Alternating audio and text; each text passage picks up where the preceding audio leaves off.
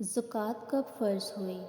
زکوٰۃ 2 ہجری میں روزوں سے پہلے فرض ہوئی۔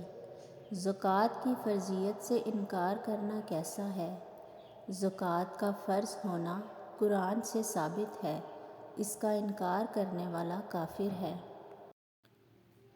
زکوٰۃ کیا ہے؟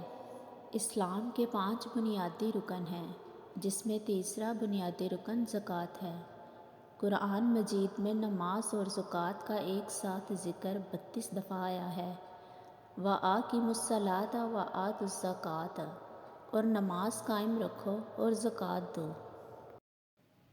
حضرت سیدنا عبداللہ ابن عمر رضی اللہ تعالیٰ عنہ سے روایت ہے کہ رسول اللہ صلی اللہ علیہ وآلہ وسلم نے فرمایا، مجھے اللہ عز و جل نے مجھے اس پر مامور کیا ہے کہ میں لوگوں سے اس وقت تک لڑوں جب تک وہ یہ گواہی نہ دے دیں کہ اللہ عز و جل کے سوا کوئی سچا معبود نہیں، اور محمد صلی اللہ علیہ وآلہ وسلم خدا کے سچے رسول ہیں۔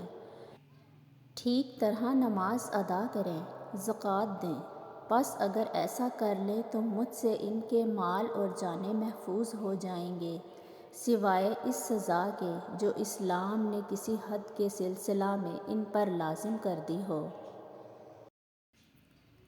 نبی کریم صلی اللہ علیہ وآلہ وسلم نے جب حضرت معاذ رضی اللہ تعالیٰ عنہ کو یمن کی طرف بھیجا تو فرمایا، ان کو بتاؤ کہ اللہ عز و جل نے ان کے مالوں میں زکوٰۃ فرض کی ہے، مال دروہوں سے لے کر فقراء کو دی جائے۔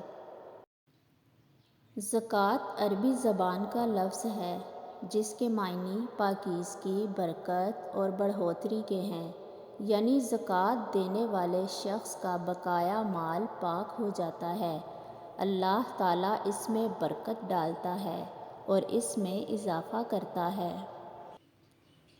زکوٰۃ ہر اس مسلمان پر فرض ہے جس کے پاس اسلام کے مقرر کردہ کم از کم مالیت پورے 1 سال تک موجود رہے۔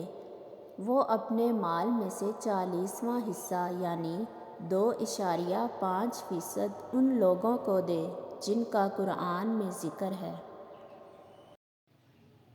جیسے سورۃ التوبہ میں اللہ تعالیٰ ارشاد فرماتا ہے، زکوٰۃ صرف فقیروں اور بالکل محتاجوں اور زکوٰۃ کی وصولی پر مقرر کیے ہوئے لوگوں اور ان کے لیے ہے جن کے دلوں میں اسلام کی الفت ڈالی جائے، اور غلام آزاد کرانے میں، اور قرض داروں کے لیے، اور اللہ کے راستے میں جانے والوں کے لیے، اور مسافر کے لیے ہے۔ یہ اللہ کا مقرر کیا ہوا حکم ہے اور اللہ علم والا، حکمت والا ہے۔ زکوٰۃ غریبوں اور ضرورت مندوں کے ساتھ شفقت کا ایک بھرپور مظاہرہ ہے۔ اس سے نادراؤں کو اپنی ضرورت پوری کرنے اور قرضے وغیرہ ادا کرنے میں مدد ملتی ہے۔ زکوٰۃ کے ذریعے سے دل خود غرضی اور ہوس دولت کی ناپاکی سے دل محفوظ ہو جاتا ہے۔ زکوٰۃ جس کو دی جاتی ہے اس کے دل سے بھی حسد اور نفرت کے جذبات بھی دور ہو جاتے ہیں۔ اس کے دل میں زکوٰۃ دینے والے کے بارے میں خیر سگالی کے جذبات پیدا ہوتے ہیں، اور اہل ایمان کے دلوں میں فیاضی اور ہمدردی پیدا ہوتی ہے۔ ان میں خود غرضی اور دولت کے ساتھ محبت کم ہو جاتی ہے۔ زکوٰۃ بہت سے سماجی برائیوں کو دور کرنے میں مدد دیتی ہے، جیسا کہ سورۃ الحشر میں اللہ تعالیٰ فرماتا ہے، اور جو اپنے نفس کے لالچ سے بچا لیا گیا تو وہی کامیاب ہے۔ دین اسلام واضح طور پر حکم دیتا ہے کہ دولت کو چند ہاتھوں میں مرکوز نہ ہونے دی جائے اور اسے مسلسل گردش میں رکھا جائے۔ یہی وجہ ہے کہ اسلام سودی قرضوں کی ممانعت کرتا ہے، جن کی وجہ سے چند مکار افراد معاشرے کی دولت کے بڑے حصے کو اپنی مٹھی میں لے لیتے ہیں۔ اسلام نے اس دولت کو بذریعہ وراثت تقسیم کرنے کے لیے قوانین مرتب کیے ہیں۔ قوانین وراثت کسی شخص کو اجازت نہیں دیتا کہ وہ ساری جائیداد کو متعدد وارثوں میں سے کسی ایک کے حوالے کر دے اور باقی کو محروم کر دے، یا ان میں سے چند وارثوں کو ان کے اصل حق سے زیادہ دے دے اور دوسروں کو کم دے۔ اس کے لیے منصفانہ تقسیم کا ایک قاعدہ مقرر کر دیا گیا ہے۔